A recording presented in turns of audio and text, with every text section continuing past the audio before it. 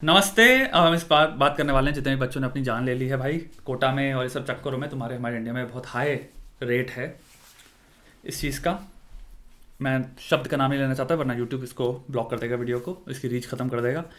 तो मैं चाहता हूँ भाई वीडियो ज़्यादा लोगों में पहुँचे। इस बच्चों में चाहूँगा जितने भी स्टूडेंट्स हैं वो इस वीडियो को देखें, जितने भी स्टूडेंट्स हैं और उनके माता पिता अगर हो सके वो भी इस वीडियो को देख पाएँ तो देखें, इससे बहुत कुछ सीखने को मिलेगा। हम पहली चीज़ पे आते हैं, जल्दी में पॉइंट पे उड़ाता चलाता हूँ। मेरे पास 8-9 पॉइंट है क्योंकि पहला पॉइंट होता है इकोलॉजिकल मॉडल। बेसिकली साइकोलॉजी या कॉग्निटिव साइकोलॉजी में बहुत सारी थ्योरीज है कि भाई रियलिटी है क्या, रियलिटी है क्या, ये परसेप्शन के अंदर आता है। तो परसेप्शन के अंदर एक तुम्हारे गिब्सन है, उसका एक मॉडल है इकोलॉजिकल मॉडल। वो बेसिकली कहते हैं रियलिटी। तो हम यहाँ पे दो कॉन्सेप्ट से देखते हैं। माता जी अगर आप देख रही हैं, पिताजी आप देख रहे हैं, नमस्कार, ठीक है। एक कॉन्सेप्ट होता है नाइव रियलिज्म और एक कॉन्सेप्ट होता है ecological model. Basically ecological model basically कहता है कि हमारा परसेप्शन क्या है, जो हमें दिख रहा है, जो मेरी करंट इकोलॉजी जो कह रही है वो मुझे लगता है रियलिटी है। यानी कि भाई मैं जिस जगह पे पैदा हो गया हूँ उसकी जो रियलिटी, यानी कि अगर मैं पटना में एक छोटी कॉलोनी में या फिर मैं लखनऊ में या फिर मैं दिल्ली में या फिर मैं कानपुर में या कहीं के भी जो भी छोटी सी रियलिटी पैदा हुआ हूँ, मुझे लगता है दुनिया की रियलिटी ये है। नाइव रियलिज्म बेसिकली एक चीज कहता है जो भी तुम्हें लगता है रियलिटी है उसका असली रियलिटी से कोई मतलब नहीं है। मेरे बच्चों, जितने भी लोग देख रहे हो, जो भी दोस्त हो, भाई हो, कुछ भी हो, एक चीज समझो, जिसको तुम रियलिटी परसीव कर रहे हो, जिन भी चीजों को यहाँ पे हो सकता है दिल में बहुत बहुत बड़े दुख या बहुत बड़ी चोटें या फिर बहुत बड़े गिले शिकवे यहाँ पे बहुत सारे लोग लेके बैठे हुए हैं, क्योंकि हमारी जिंदगी की परसीव्ड जितने भी चीजें हैं, कॉन्टेंट्स हैं, जो अगर हमारा पहला हमको भी किताब खोलते हैं तो कॉन्टेंट्स आता है ना, इंडेक्स जिसमें होता है सारा, उसमें जो हमारी इंपॉर्टेंट चीजें हमें लगता है ये है, कहते हैं ये जिंदगी है। जिंदगी has very little to do with जो तुम्हें लग रहा है ये चीजें बहुत इंपॉर्टेंट हैं। रियलिटी के पॉइंट ऑफ व्यू से they are actually not important at all. जिसको तुम रियलिटी कहते हो देख के इकोलॉजिकल मॉडल को कि वो रियलिटी है, इसलिए उसको कहते हैं ये मोह माया है, हमारा अटैचमेंट है इससे। एक सेटिंग अपने दिमाग में लगाओ नाइव रियलिज्म की।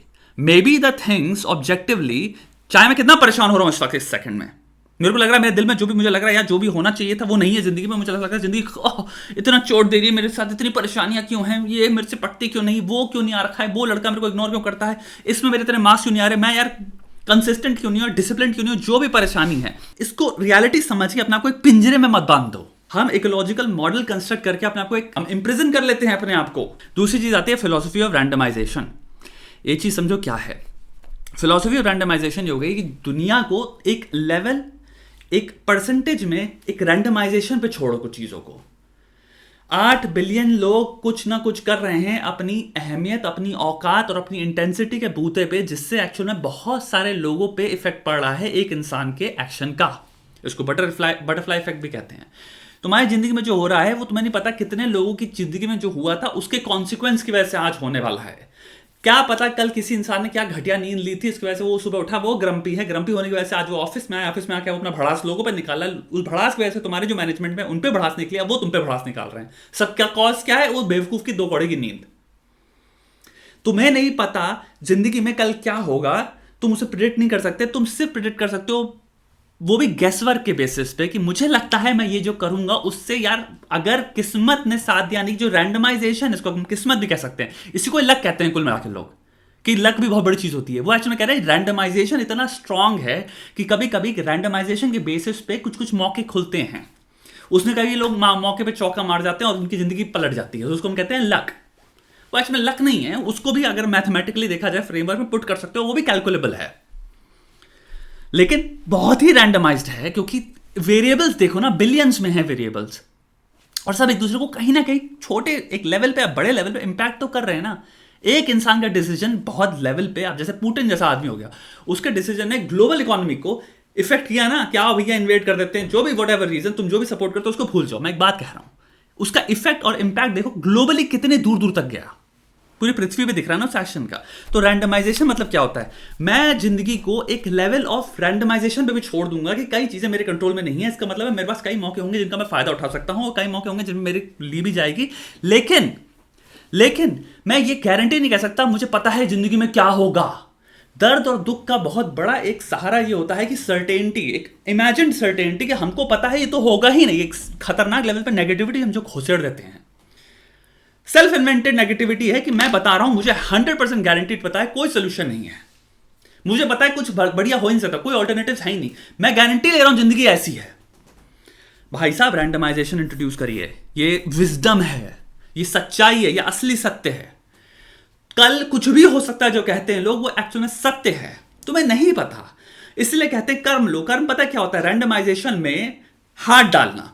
तो तुम क्या करो, रैंडमाइजेशन के साथ तुम खेल रहे हो, उस एल्गोरिथम में अब तुम आ गए हो, और तुम एल्गोरिथम को देख रहे हो कि तुम्हारे कर्म से भी जो इंपैक्ट क्रिएट होते हैं, वो जो ऑलरेडी एग्जिस्टिंग इंपैक्ट हैं और रिपल्स हैं, उनके साथ जो एमैल्गमेशन होता है या जो भी बनेगी खिचड़ी, तो उसका प्रोडक्ट क्या बनता है। इसलिए जो इंसान ज्यादा कर्म करता है, होता क्या है, वो लक को, वो किसी तरह की अपॉर्चुनिटी को, किसी विंडो को खोलने में, या फिर जब भी वो खुलती है उसको एक्सेस करने के लिए ज्यादा करीब आ जाता है। इसलिए कर्म में बहुत ताकत है, एफर्ट में साइकोलॉजिकली बहुत ताकत है। इसलिए कर्म में परेशान ना हो, कर्म जितना हो पाए उतना करो। तो लेकिन रैंडमाइजेशन को भी मद्देनजर रखते हुए कोई जिंदगी में इतने सर्टेनिटी से मत खेलो। पूरी चाइनीज फिलोसफी टाओइज्म की यही कहती है, रोल विद इट। जिंदगी को ऐसे खेलो जैसे पानी हो तुम। चीजें कई कई बार तुम जैसे नहीं चाहते हो वैसे होंगे, लेकिन कई बार उसका ये रीजन नहीं है कि तुमसे कोई गलती हुई है। कई बार उसका रीजन ये है, मे बी सृष्टि के नियम उस वक्त कैसे हैं, एनवायरमेंटल या इकोलॉजिकल रियलिटी उसकी ऐसी है। मे बी हो सकता है इकोनॉमिक रियलिटी ये कह रही कि जिसकी वजह से तुम दब रहे हो, पिस रहे हो। कितने लोग इस वक्त अफगानिस्तान में बैठे हैं, कितने लोग इस वक्त सूडान में हो, इथियोपिया में हो, या कोई भी पार्ट ले लो दुनिया की जहाँ पे तबाही या परेशानी चलिए। यूक्रेन के तुम वो शहर ले लो जहाँ पे बॉम्बिंग चली है, रशिया में कोई पार्ट ले लो जहाँ पे इकोनॉमिकली परखच उड़ चुके हैं। तुम कहीं भी कोई भी ऐसी चीजें उठा सकते हो सकता है उनमें से कोई ऐसा इंसान बैठा हो जिसको उससे कोई लेना देना नहीं है, उसको एक्चुअली फाड़ के हाथ में रख देना। उसके दिमाग में आइडिया है फार्मास्यूटिकल को लेकर, लेट्स से कोई प्रोडक्ट बनाने का, सप्लीमेंट्स बनाने का प्रोडक्ट है, उसका मानना है कि यार इंडिया में मैंने पढ़ाई करी है, हर्बल प्रोडक्ट्स की ये मार्केट है, मैं चाहता हूँ यार मैं बिजनेस खड़ा करूँ जिसमें वो मार्केट में यहाँ पे ला पाऊँ। उसका ये आइडिया चल रहा था। अब बताओ उसका इन्वायरमेंटल रियलिटी वैसे उस आइडिया की परखचोड़ है ना। अब क्या उसको फिलोसफी और रैंडमाइजेशन के पॉइंट से देखो ना, रैंडमाइजेशन की वजह से वो चीज को एक्सेस नहीं कर पा रहा, लेकिन उसका ये थोड़ी सर्टेनिटी होगा ही नहीं। अब समझो चीजें कुछ भी हो सकता है, अब तुम वहां पे डिपेंड करता है वो कर्म क्या ले। या तो कंप्लीटली डिस्डेनशिप में या डिस्डेन मतलब इस तरह की नेगेटिविटी में अपने आप को नीचे कर ले, कहे भाई कुछ नहीं हो सकता, या फिर वो देखे चलो ठीक है मेरे को देखना है, जैसे अभी ये इतना रैंडम इवेंट चल रहा है मेरे को जिसको मैं प्रेडिक्ट नहीं कर सकता था, वो हो गया। इसी इंटेंसिटी और सिमिलैरिटी के साथ मेरे को देखना है और क्या चीजें, और भी चीजें हो सकती हैं जिनको अभी मैं प्रेडिक्ट नहीं कर सकता, वो हो रही हैं। इसे कहते हैं, समझ लो, आई डोंट नो भी। प्लीज इसको एक्सेप्ट करो। अब जिंदगी में तुम बहुत फिलोसॉफिकली और समझदारी वे में इंक्लाइन करोगे अगर तुम कहने लग जाओ I know that I don't know a lot of things. So जब निराश हो ना तो अपने आप से बोलने लग जाओ I no I don't know a lot of things जो कि हो सकती हैं। सर्टेनिटी से बहुत दूर रहो। मूर्ख, खंगोर मूर्ख लोग सर्टेन होते हैं बहुत ज्यादा। वो कहेंगे हमें पता है, सत्य यही है। वो एक्सट्रीमिस्ट की रियलिटी होती है, इसका तुम दिमाग नहीं पलट सकते। जो थिंकर होता है, जो अपॉर्चुनिस्टिक इंसान होता है, जो अपॉर्चुनिटी देखता है चीजों में, या फिर जो स्ट्रैटेजिस्ट होता है, वो देखता है चाहे चीजें कितनी खराब हो जाएं, वो तुरंत अबैंडन कर देता है पुराना प्लान, वो नए प्लान को तुरंत इवॉल्व करना स्टार्ट कर देगा। फिर उसका एग्जिस्टिंग प्लान को कहेगा चलो इसको इवॉल्व कैसे कर सकता हूं। उसका प्लान हमेशा इवॉल्व होता रहता है, चाहे सर्कमस्टेंसेस कितने धोखे देते हैं उसको। वो कहता है ठीक है ये हुआ, चलो ठीक है आप क्या कर सकते हैं, उसमें कितना चीजें निकाल सकते हैं, अभी भी क्या कर सकते हैं। उसका वो माइंडसेट बहुत डेंजरस है। वो क्या है, आई know that I don't know a lot of things, so based on what I know right now मेरे को अपनी लाइफ को हिलाना है एंड डेटा एक्यूमुलेट करना है, and a lot of things can go wrong, it's okay.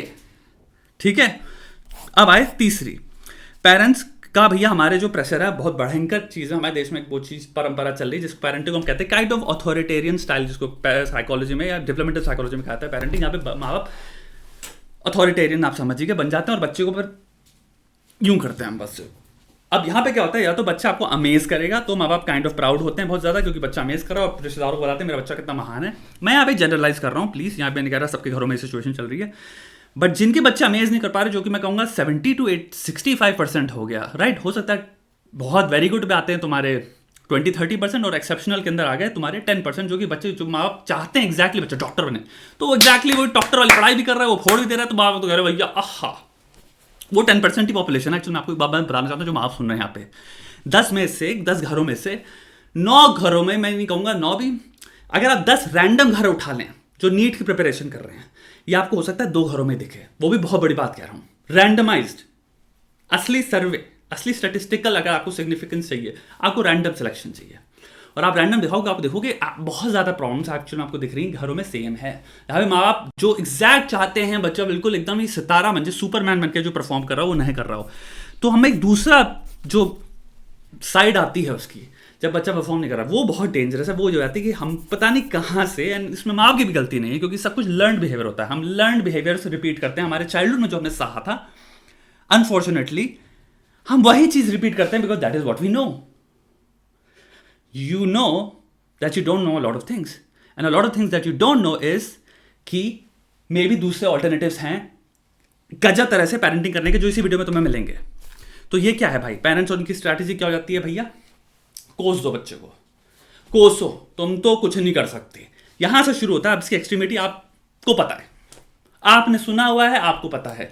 मैं आपको यहां पे लिखित में देना चाहता हूं, ये बच्चे की, अगर लेट्स से बच्चा बहुत ढीठ भी हुआ, आप उसकी सोशल एंग्जाइटी देने वाले उसको जिंदगी में, उसको सोशल एनवायरमेंट में आप उसको बिल्कुल दबा दोगे, आप उसके डेवलपमेंटल ईयर्स में ही, जो इवन टीनेज ईयर्स में आप उसके कॉन्फिडेंस के परखच उड़ा दोगे, आप उसकी क्रिटिकल थिंकिंग ऑलमोस्ट खत्म कर दे रहे हो, आप उसके ब्रेन को स्टिमुलेट होने नहीं दे रहे हो, ऑन द कॉन्ट्री आप उसको इतनी नेगेटिविटी दे रहे हो कि जो स्ट्रेस से physiological as well as psychological impact होते हैं, उससे वो अपने आप को कभी कुछ समझ ही नहीं पाएगा।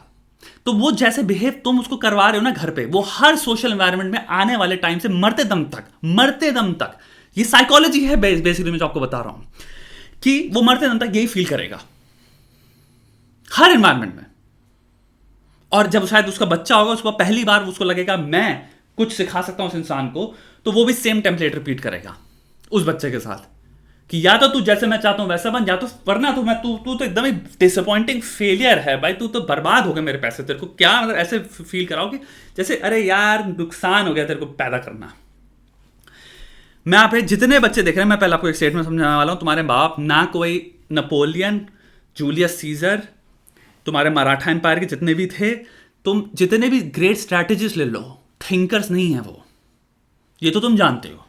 माता पिता को बुरा लग रहा हो, अच्छी बात है, आप नहीं, ये बात थोड़ी सी सेल्फ अवेयरनेस लाओ ना। आप पतंजलि, तुम्हारे जितने भी ले लो फिलोसोफर दुनिया भर के, ठीक है, कन्फ्यूशियस से लेके, पतंजलि से लेके, तुम्हारे सोक्रेटिस से लेके, या कुछ भी ना, वो फिलोसोफर हैं तुम्हारे पिताजी माताजी, बहुत ही खतरनाक लेवल बैठते हैं, तो 28 पर्सपेक्टिव से चीज़ों के बारे में सोच डालते हैं। आप भी कहते हो क्या सोचा यार, क्या अलग अलग अपने कॉन्ट्रडिक्टिंग व्यूज भी खुद ही ले पाए, खुद ही कोई डिबेट भी स्टैब्लिश कर दी सिर्फ आर्ग्यूमेंट से। ना वो ये कर रहे हैं, ना वो बहुत खतरनाक लेवल पे स्ट्रैटेजिस्ट हैं। Try to understand, maybe you are dealing with people जो कि सिंपल अपने चाइल्डहुड पैटर्न्स रिपीट कर रहे हैं, so cut them a little leeway, because तुम्हारे को मैं सेल्फ अवेयरनेस ये दे रहा हूं, ठीक है। उन्होंने जो बचपन में सीखा है वो सिंपल एक लाइन में उसको कहते हैं फियर वर्क्स। Fear works. अगर हम डराएंगे बच्चे को, और ये हमारे देश में सिखाया जाता है टीचर्स ने, मुझे नहीं पता आज के टाइम पे क्या कर रहे हैं बच्चों के साथ, हमारे टाइम पे the only thing I receive entire, हमारे जितना भी चाइल्डहुड में मेरे जितने भी दोस्त हैं, हम सबके घरों में, हमारे स्कूल में मास लेवल जो बेचा जाता है वो था फियर। बोर्ड्स का फियर बेचा गया, करियर का फियर बेचा गया, कुछ नहीं होगा मर जाओगे, पता नहीं कैसा पागल लेवल का कॉलेज का फियर बेचा गया, अगर ये नहीं किया तो सब ये बर्बाद। मतलब इतना एक्सट्रीम में हम बेचते हैं कि ये अगर नहीं हुआ तो तुम कुछ नहीं कर पाओगे। जितने भी सब थे जिन्होंने वो नहीं किया, सब अभी इस टाइम पे बढ़िया है, और काफी लोगों ने बिजनेस खोले, कितने बड़े बड़े, कोई कोई काम कर रहा है, सब बढ़िया अपनी जिंदगी में कर रहे हैं। सब उनकी जिंदगी बस अगर माइनस कर दूं, जो लेट्स से अल्कोहलिज्म में चले गए, कुछ लोग जो दारू पी रहे हैं, कुछ लोग जो अपनी हानि कर रहे हैं personal for without different reasons entirely. ये तो नहीं हुआ मेरी जिंदगी में। मैं देख रहा हूं किसी को जो ये था कि ये एग्जाम बोर्ड्स में इतने परसेंटेज, इसमें इतने परसेंटेज, इस कॉलेज में अगर नहीं हुआ, तुम कोई भी इंसान 30+ उठा लो, वो तुम्हें ये फियर नहीं बेचेगा रियलिस्टिकली। अगर उससे बात करो, अगर सिर्फ दोस्त के पॉइंट ऑफ व्यू से बात करो, जहां उसके तुमने वो टेम्पलेट ऑन करी, जहां उसको पेरेंटिंग करनी है, तो वो वापस उसी फियर बेचने में लग जाएगा। क्यों?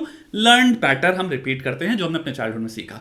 उस पैटर्न को ब्रेक करने के लिए क्रिटिकल थिंकिंग चाहिए, यानी कि मैं नॉवेल्टी, मैं पहली बार कहूंगा कि मेरे को वो नहीं करना, क्या सही होता है अगर मैं ढंग से करूं, तो उसके लिए बैठ के उसको सोचना पड़ेगा। हम सोचते हैं ही नहीं, हम कहते हैं अच्छा इसमें तो मैंने लर्न रिस्पॉन्स सीखा हुआ है, सीधा फटाक से फेंक दिया जैसे क्यों मिला। पेरेंटिंग का क्यों है, लर्न रिस्पॉन्स, मैंने पेरेंटिंग क्या सीखी थी, ये मेरे साथ किया गया था, ये क्या था, ये क्या था, ओके तो ये चीजें हैं मैंने ऑलरेडी सीखी हुई है, मुझे कुछ नया सोचने की जरूरत नहीं है। That's how the brain works. तो क्रिटिकल थिंकिंग इसलिए इतनी इंपॉर्टेंस है। अब यहीं पे आप समझो, फियर वर्क्स, खतरनाक एक्सट्रीम फियर वर्क्स, कि बच्चों को इतना डरा दो कि वो अपने आप पढ़ने लग जाएगा।